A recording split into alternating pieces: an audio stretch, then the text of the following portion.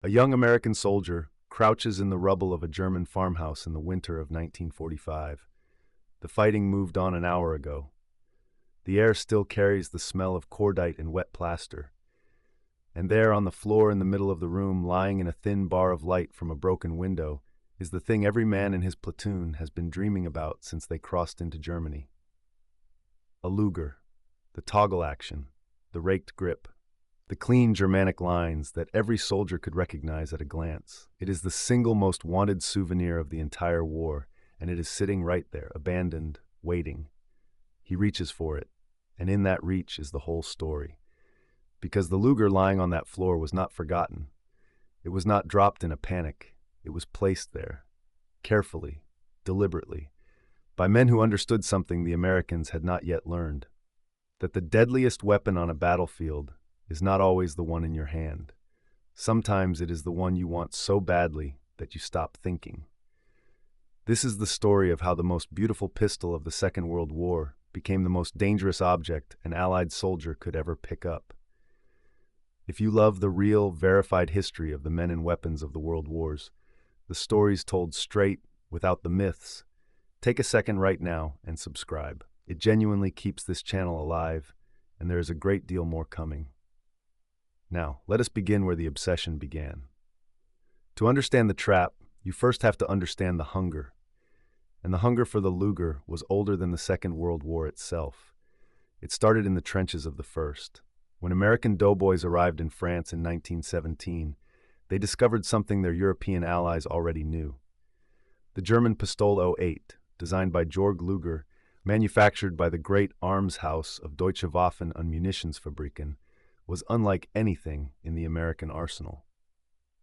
Where the U.S. Army carried the heavy slab-sided Colt 1911, the German officer carried this elegant, top-breaking, recoil-operated marvel that seemed to belong more to a watchmaker than to a soldier.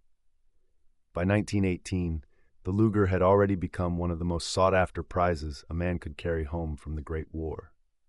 There was even a saying that came out of those years, repeated by Germans who watched the Americans pick over every battlefield. The English fight for honor, the French fight for glory, but the Americans fight for souvenirs. It was meant as a joke. It turned out to be a prophecy. When the world went to war again a generation later, the hunger came back stronger than ever. By now, the Luger was not just a fine pistol. It was a symbol. It was the gun in every war film, the gun in the hand of every barking officer on a movie screen, the gun that meant Germany itself. To bring one home was to bring home proof that you had been there, that you had faced the enemy, that you had won. The collector and historian Aaron Davis, in the standard catalog of the Luger, put it as plainly as anyone ever has. Ask any veteran of the European theater what the most prized souvenir of the war was, and the answer came back, without hesitation, every single time: a Luger. And the men knew exactly what it was worth. There is a famous wartime cartoon by Bill Malden, the soldier artist whose work ran in stars and stripes and spoke for the ordinary infantryman like nothing else. In it, two captured German prisoners are talking. One reassures the other about the going rate for their belongings in American hands. A Luger, he says, runs about $100. A camera, $150. An Iron Cross, $12. It is good, he concludes, to be captured by Americans, $100, in 1944 money, for a single pistol. That was more than a month's pay for an enlisted man. A whole economy grew up around this hunger. The infantry fighting at the very front were the ones who found the weapons first, on the bodies of the dead, in abandoned bunkers, in surrendered arsenals. But the foot soldier could only carry so much, so a chain formed. The man at the front would sell or trade what he could not keep to the unit just behind him, and at every step backward, away from the danger, the price climbed higher. A rear echelon clerk who never heard a shot fired in anger would pay a small fortune for a Luger, and for the story he could tell about how he supposedly got it.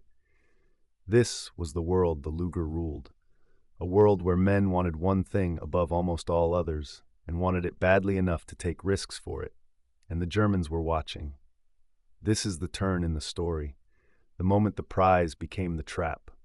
The German army of 1944 and 1945 was, for the most part, a retreating army, And a retreating army has one great weapon available to it that an advancing army does not. It gets to decide what it leaves behind. It gets to choose the ground its enemy will walk over next, the houses he will sleep in, the objects he will reach down and pick up. The Germans were masters of this dark art. They booby-trapped everything: doorways, stoves, light switches, wine bottles, loose floorboards. They learned to think one move ahead, to imagine exactly how a tired, curious, victorious soldier would move through a captured space, and to place death precisely where his hand or his foot would go. There is one account, preserved in the Wartime Intelligence Publications and later collected by the military historian Gordon Rottman, that captures the cold intelligence of it better than any other. The Germans identified a house that advancing Americans would almost certainly want to use as a command post. Inside, on the wall, they hung a single picture, and they hung it slightly crooked.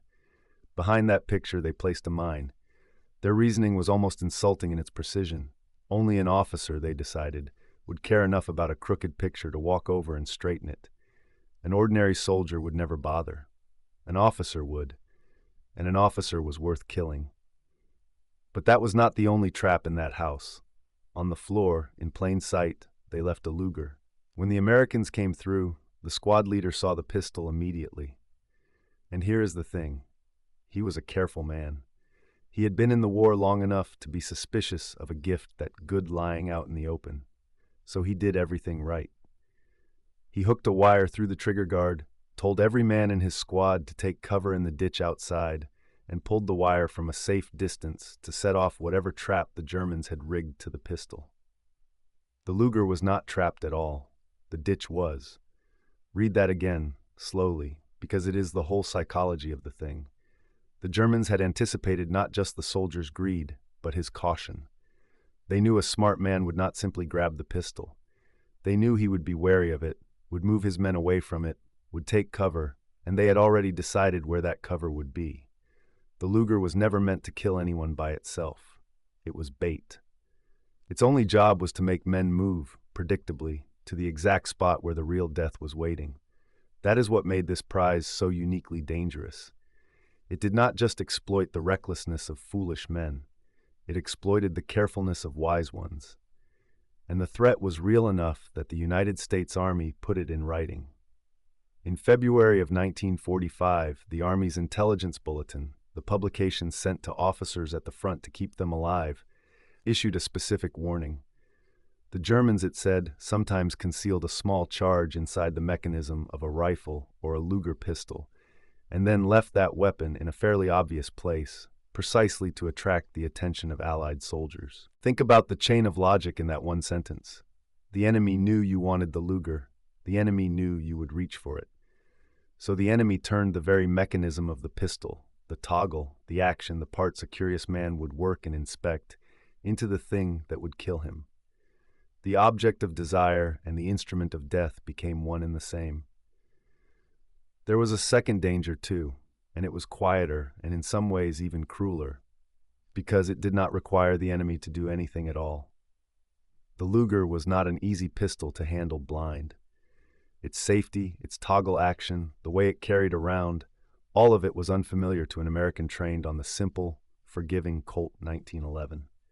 A soldier who captured a Luger and started working it, showing it off, clearing it, fiddling with that beautiful machine he had wanted for so long, could very easily not understand what state the weapon was in. And word spread through the ranks of accidental discharges, of men wounded and men killed, not by a German trap and not by enemy fire, but by the prize itself, going off in unfamiliar hands. The most coveted object in the entire theater of war could kill you simply because you did not understand it well enough to hold it safely. And then there were the rumors, the stories that traveled faster than any official warning ever could. Among the soldiers, a belief took hold that if you were captured by the Germans while carrying one of their pistols, you would be executed for it. That the enemy considered it an insult, a kind of looting of their own, and that a Luger in your pocket was a death sentence if the wrong men found it on you. Now here we have to be honest, because honesty is the only thing this story is worth telling for. That belief, as widespread as it was never substantiated. The intelligence officers who looked into it after the war could find no confirmed cases. It appears to have been one of those fears that grows in the dark of a combat zone. Half warning, half ghost story, passed from man to man until it felt like fact. We cannot tell you it was true. We can only tell you that men believed it, and that they sometimes hid or discarded their hard-won trophies because of it. The fear was real, even if the executions cannot be proven. But strip the rumors away, and what remains is documented, and it is sobering enough on its own. Because the broader truth is that the hunt for souvenirs, the Luger above all, genuinely cost American lives. And the Army knew it, and said so, long before the booby-traps of 1945. As early as October 1943, the intelligence bulletin was already sounding the alarm. Souvenir hunting, it wrote, continued to cause needless loss of life and injury to American soldiers across the combat areas.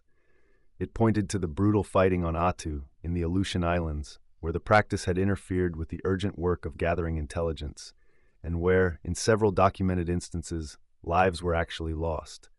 Men died or got their comrades killed, reaching for something useless, a keepsake, a story to tell back home. This is the part that lifts the story out of legend and into something heavier. The danger of the trophy was not one thing. It was a layered, compounding lethality. There was the deliberate trap, where the enemy turned your desire into a weapon. There was the concealed charge, hidden in the very mechanism of the prize. There was the accidental death, the pistol going off in hands that did not know it. And underneath all of it was the simple, fatal distraction of wanting something so badly that, for one critical moment, you stopped watching the battlefield. The Luger gathered all of those dangers into one gleaming, irresistible object. There is a bitter irony buried in all of this, and it is worth sitting with. The Luger was, by the time of the Second World War, already on its way out. The German High Command knew it was too expensive, too slow to manufacture, too finicky for the mass production a world war demanded. They had begun replacing it years earlier with the cheaper, tougher Walther P08. By the later years of the war, the German army was refusing to take delivery of new Lugers at all. So in a strange way, the pistol that drove men to their deaths in pursuit of it was, to the Germans themselves, a fading relic, an expensive piece of old-world craftsmanship being quietly retired. The Allied soldiers were dying for a weapon its own makers were walking away from. They wanted it not because it was the best gun on the field, it was not, but because of what it represented, because of the mystique, because of the story. And that, in the end, is the lesson this story carries. The men who reached for the Luger were not fools. They were brave, exhausted, often very careful soldiers, near the end of the worst experience of their lives, reaching for one small piece of proof that they had survived it. There is nothing shameful in that hunger. It is one of the most human things there is, the need to carry home something solid from a place words can never fully describe. But the enemy understood that hunger, and the enemy weaponized it. They turned the most human impulse on the battlefield, the desire to hold a piece of history, into a calculated, deadly trap. The desire to possess the past led men, again and again, straight into a present designed to kill them. The Luger survived all of it, the men who made the warnings, the men who fell for the traps, the war itself. All of it passed into history, and the pistol endured. Today, a genuine wartime Luger, with its matching numbers and its deep original bluing, is among the most prized collectors' firearms in the world. It sits in display cases and private collections, beautiful and silent, admired for its engineering and its elegance. And almost no one who looks at one now remembers what it cost. They do not see the farmhouse floor, or the bar of light through the broken window, or the young man reaching down with everything in him, telling him to stop. They see only the toggle, and the lines, and the legend. But the Luger remembers. The most wanted prize of the war was also one of its quietest killers, and the men who died reaching for it deserve to be remembered as more than a footnote in a collector's catalog. They were not careless, they were human, and the enemy made that humanity the most dangerous thing they carried. If this is the kind of history you want, The true stories of these weapons and the men who lived and died around them, told with respect and verified against the record. Then subscribe to the channel, give this video a like so more people can find it, and tap the bell so you never miss the next one. There is a great deal more of this history to tell, and I would be honored to tell it with you here. Until next time.